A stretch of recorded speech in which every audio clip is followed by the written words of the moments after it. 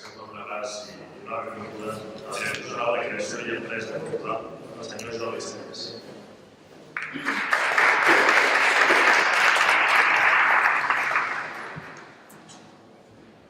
Molt bé, bon dia a tothom i benvinguts. Aquesta és la setmana del Mobile World Congress, és la setmana en què ja des de fa un temps la gent del Departament de Cultura de la Generalitat de Catalunya ens havíem plantejat i havíem posat la banya en començar a trobar espais naturals per totes aquelles persones que treballen en el sector creatiu i en el sector cultural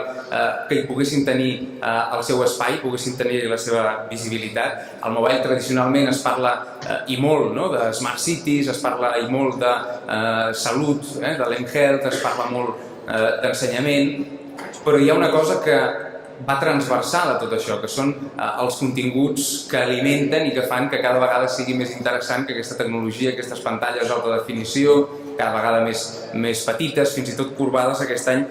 puguin ser accessibles per tothom. I aquests continguts, en essència, són continguts creats des dels sectors creatius i culturals. Aquest any, doncs, jo crec que ens hem començat a sortir. Hi ha hagut cada vegada més presència d'empreses creatives i culturals en els espais expositius del Mobile World Congress, els espais que estaven al pavelló destinat als països i també als espais que estan destinats a l'App World, el lloc on es fan les aplicacions. A més, es van fer activitats de networking aquest dimarts, va haver una bona colla d'empreses que van poder accedir al Mobile World Congress a partir d'aquestes activitats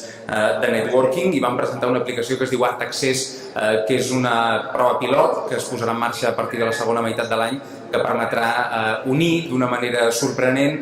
cultura i mobilitat a l'entorn de l'accessibilitat per a les persones discapacitades visualment o auditivament, per tal que puguin accedir als continguts cinematogràfics, a les pel·lícules, tant des de les sales de cinema com des de la televisió de casa o fins i tot, en el cas que sigui necessari, en espectacles en viu d'arts escèniques, com ho veiem fer des de tota la vida en els espectacles d'òpera que podem veure aquí mateix al costat del Liceu. Aquest ha estat el congrés de la compra de WhatsApp per part de Facebook, ha estat el congrés de les pantalles d'altíssima resolució, fins i tot corbades, algunes, pantalles connectades entre el mòbil i aquestes pantalles de 4K i de 8K fins i tot, que estaven transmetent continguts en altíssima resolució. Ha estat el Mobile World Congress dels, diguem-ne, vestibles, no sé com traduir en català d'una manera més afinada, els wearables, aquest concepte que ja fa uns anys que s'estava veient, però que aquest any ha estat la gran explosió amb dispositius des de braçalets fins a dispositius de control de bioritmes i d'altres elements per part d'algunes de les grans marques. I per tant ha estat el congrés també en el qual hem pogut veure per primera vegada, notar per primera vegada el que és el 5G. Quan a nosaltres ens costa encara aquí a casa pensar en connectivitat de 4G, hem pogut veure com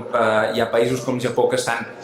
perfectament en un estàndard de 4G parlant de la 5a generació de mobilitat. Quan estàvem treballant sobre aquest esdeveniment, teníem clar que el Mobile necessitava un espai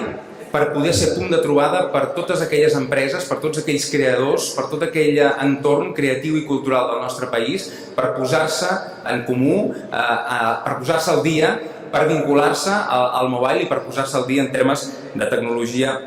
i de mobilitat. A nivell general, tenim unes 10.000 empreses creatives i culturals al nostre país, ingressen al voltant de 17.800 milions d'euros i treballen 178.000 persones, o sigui, és un volum molt important. Ja us ho explicarà després en Pipo Serrano, quan d'aquí un moment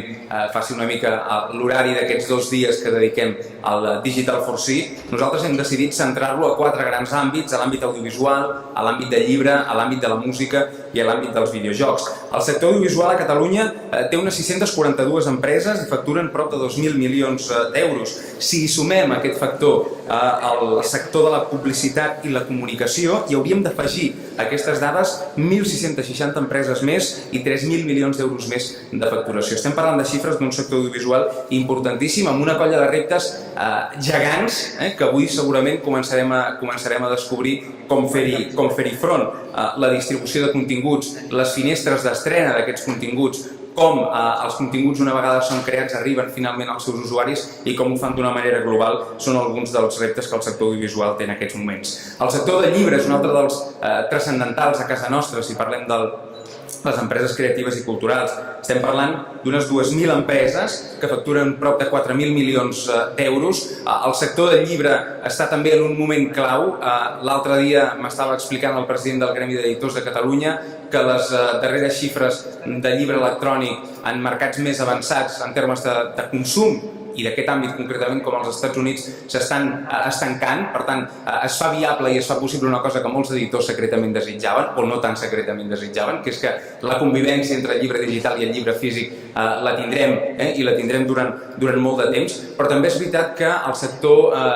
editorial, per la potència que té a casa nostra, té uns reptes importantíssims tant des del punt de vista de les plataformes com de les estratègies de promoció com de preus. Per tant, parlar de llibre digital, de com el llibre digital es distribueix, serà fonamental. En el cas de la música, a Catalunya hi ha unes 589 empreses dedicades al sector de la música en els seus diversos àmbits, facturen uns 300 milions d'euros. La música segurament va ser el sector, i especialment l'àmbit discogràfic, que més directament dins l'àmbit creatiu i cultural va patir els efectes de la revolució digital. Segurament érem molt joves en aquella època i molt inexperts, quan parlem de finals dels 90, principis del 2000, l'època en què va aparèixer Napster, va aparèixer l'MP3 i es van aparèixer aquests nous canals de distribució de continguts musicals que van canviar una indústria de dalt a baix i la van canviar en molt poc temps, reptes als quals avui s'està enfrontant, per exemple, el sector editorial. La música ha fet molta feina, el sector musical ha fet molta feina i avui també en veurem alguns dels seus millors exemples. En el cas dels videojocs, les coses encara són més obertes i més incertes. Amb dades del 2012, perquè no n'hi ha definitives tancades del 13, encara, parlàvem de més de 70 empreses amb uns 55 milions d'euros de facturació a Catalunya. Aquesta xifra es pot multiplicar tranquil·lament per 3, segons les dades que tenim, quan tanquem de debò les dades de facturació de totes aquestes empreses a Catalunya. Només algunes de les empreses clau del sector dels videojocs poden arribar a facturar pràcticament el que facturava tot el sector el 2012. Per tant, tenim en l'àmbit dels continguts d'entreteniment interactiu i digital un sector de creixement molt important. La setmana vinent, serà la setmana vinent o l'altra, vam dir serà passat al Mobile World Congress, de trobar el moment i l'espai just, presentarem el Pla de Cultura Digital per a Empreses Creatives i Culturals. És un pla que portem treballant des de fa molts mesos al Departament de Cultura, és un pla que el portem treballant, a més, enllaçat amb l'equip de Mobile World Capital, de la qual nosaltres en formem part, amb l'equip de la Direcció General d'Indústria, amb la gent, per tant, d'acció i, evidentment, des de l'Institut Català de les Empreses Culturals, per tal de posar en línia totes les eines que nosaltres puguem tenir per aconseguir dues coses. Que les empreses natives digitals, aquelles que ja han nascut en l'entorn del món digital, perquè la seva producció en essència és digital o perquè treballen amb continguts que ja han estat part del món digital i del món de la mobilitat d'entrada, puguin tenir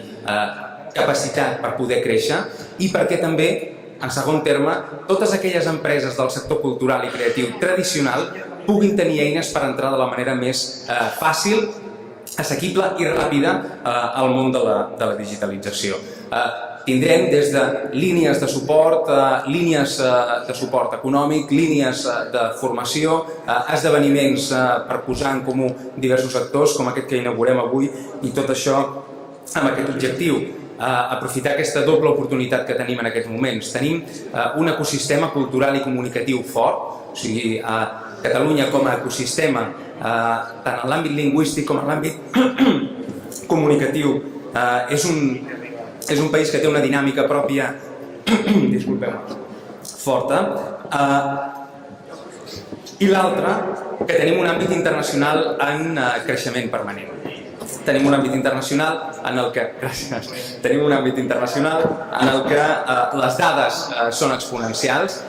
De fet, els països més avançats tenen un accés a connectivitat de penetració, diguem-ne, dins de la societat del 80%, per tant, fins i tot els més connectats encara tenen un terreny molt ampli per córrer, però és que hi ha molts països i molts àmbits on